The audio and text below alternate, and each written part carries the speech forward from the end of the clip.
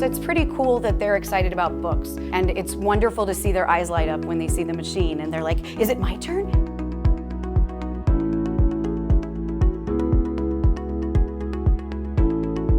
So students earn tokens by exhibiting the behaviors of pride, patience, integrity, responsibility, determination, and excellence. They can earn it through a good deed from any adult on campus. They earn one for their birthday every year, and they earn one for every quarter that they are able to make their AR goal.